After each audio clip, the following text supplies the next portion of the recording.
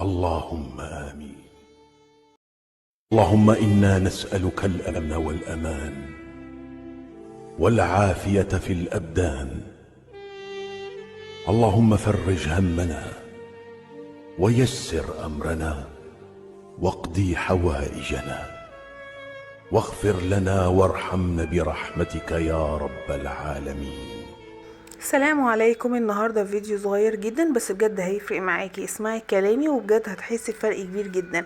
انا عايزه اقولك ان انا وانا بغسل وشي بالليل قبل ما انام او اغسل سناني بحب ان انا على طول اقوم ماسكه حته سلكه او اي ليفه انا مخصصاها للحمام واغسل الصابونه واغسل الحوض كده والحنفيات قصاد الحوض وبعد كده كمان المرايه، لان خلال اليوم الاولاد بيستعملوا الحمام او زوجك بيحلق دقنه او اي حاجه من الحاجات دي بيبقى فيه رواسب صابون او اي وساخه او اي حاجه.